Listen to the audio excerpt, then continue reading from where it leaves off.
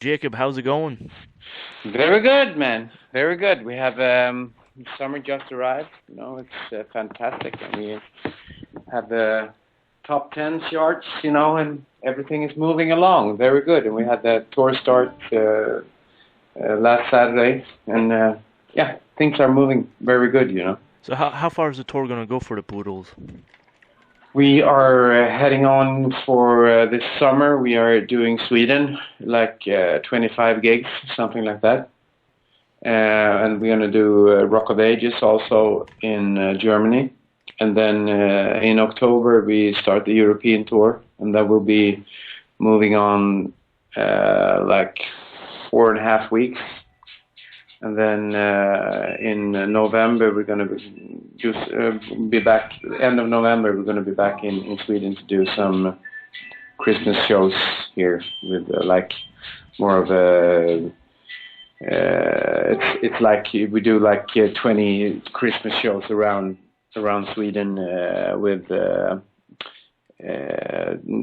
different other artists as well. It's like a big thing. Christmas is always a big thing, and certainly, in the metal scene. Yeah, it is. But here's more of a mainstream Christmas show that is.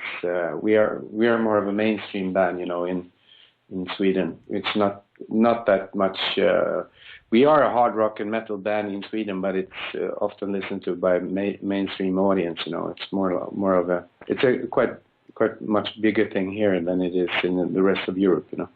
For the songwriting process of this new album, was it made like the other ones you have? Well, we always write a lot of songs.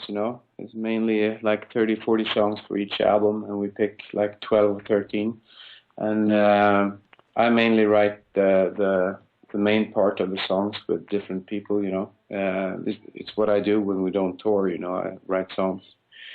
So it's pretty much like before. It's just that when you are four albums down the line, well, you're a little better to know what you're looking for, and where you're heading than on the first album, of course. It's, so Guaranteed. it's been more of a focused ride, I would say. Yeah. Do you write on the road as well? Not that much, no. It's mainly such hard schedule on the road, and you have so much distractions on other parts. So it's mainly when we're home. Would you say the road treats the Poodles good? Like living lifestyles and stuff like that? Oh yeah, definitely. I mean, in Sweden we have a really good level of touring, and in Europe it's pretty good actually as well. So we are heading down the fourth headline tour now that we do in October, and it's on a level where you can you know have it on a. It's not very luxury, but it's on a very decent level. So it's very good. Yeah, we enjoy touring as well very much. Playing live and all that.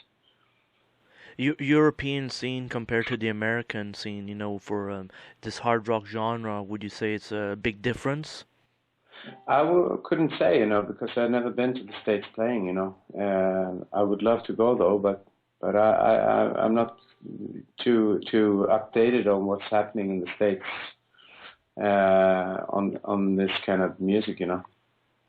Healthy in Sweden, let's say. Uh, I would say for us it's very healthy, but it's the unhealthy part. I just talked to my daughter about that. That is so much, downloading, and Spotify. We have this online service called Spotify where you can listen to music almost for free, and they don't pay.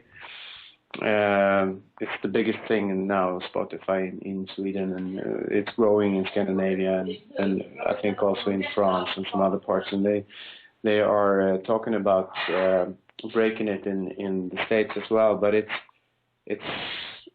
totally mayhem on the uh, they don't pay.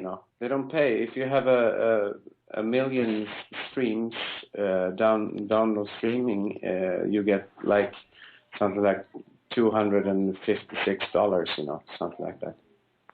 It's crazy, So if you're not a touring artist, it's very hard to earn your money on your music. And in that way, that means you have to go and tour to make your money, which is not always the best thing to do. Yeah, it's well, it's the for us it's great, we don't mind touring, we love touring, but for other artists who can't handle this, it's terrible. I mean, and the worst part of it is that you wrote the song, you released it, and you paid the production of it. You should, have your money for people listening to it. It's like crazy. Because it is called a job. Yeah, I mean, it certainly is. It certainly is. But as well, at the same time, the music gets shown to other people around the world as well, so it's a two-edged sword in this sense. Well, yeah. I mean, that depends on how you see it, but I mean, like we just talked about that artists nowadays should be grateful. They're seen to be grateful to have people listen to the music, and that's everybody's grateful for that, of course. But I mean, if you're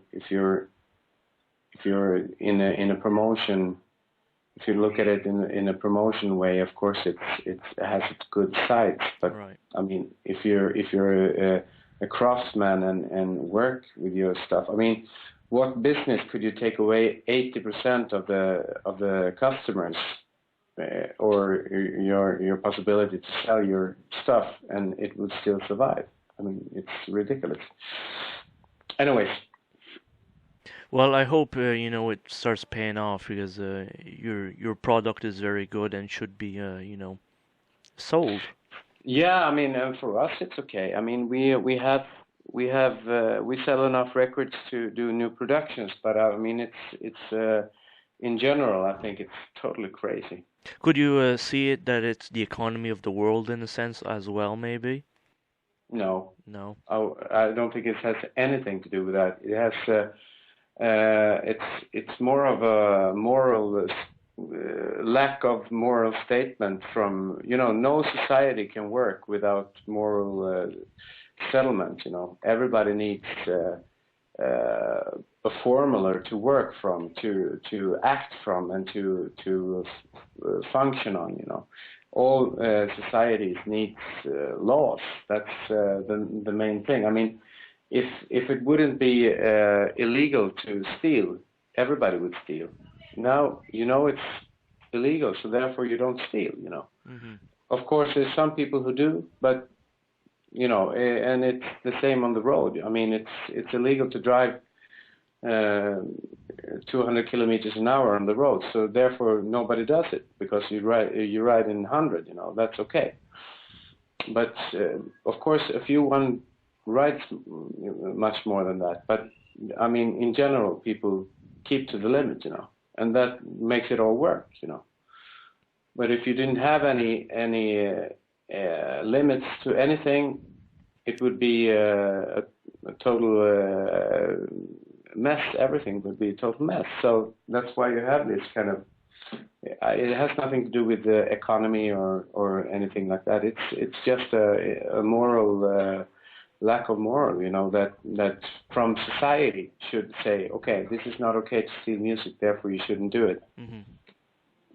That's how I see it, anyways. I mean, you couldn't blame the kids. I mean, the kids, they don't, since nobody tells them, don't do this because it's illegal, If somebody says, yeah, well, it's not okay to do it, it's not illegal, but you shouldn't, then it's a quite different thing, But Jacob, what's great is you guys are in the charts as well. Yeah. Mm. And how long do you presume the record's going to stay in the charts, getting a lot of airplay and all that around the world? Well, actually, it's quite new. I mean, in the States, it's only been out for 10 days, so I don't know. And in Europe, I know we're getting airplay in territories, but I have no safe update on this. But we are back home in Sweden. We are not a radio band, you know. Mm-hmm. We are mainly a TV band. We do TV shows and but it's not that much played on the radio. We never been, you know.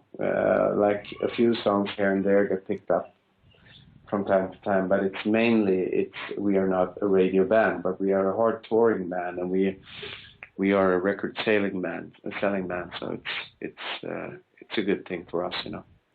Well, Jakob, been pleasure talking to you. This album, it sounds awesome. Let me tell you that much. The production in it is very powerful, and yeah. Mats Valentin is a fantastic producer, and Tobias Lindell has done a great job doing this, I think. Well, you keep up the great work with the Poodles. We certainly will try. We'll do our best. All right. Well, you have a great evening, and talk to you another day. Yeah, all the best, man.